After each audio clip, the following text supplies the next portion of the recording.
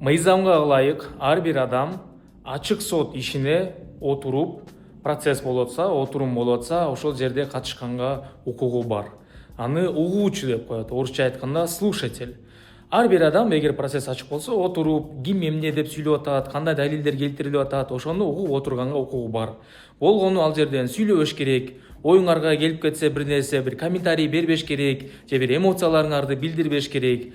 Анан эгер андай болсо отура берсе болот. Кээ бир учурларда кээ бир судьялар эмнеге келдиң, сен кимсиң, кандай максат менен келдиң дегендей, же болбосо студенттер болуп калса өзгөчө бияка азыр отурганга болбойт, анан орун жок деген сыяктуу бир тоскоолдуктар жаратышы мүмкүн.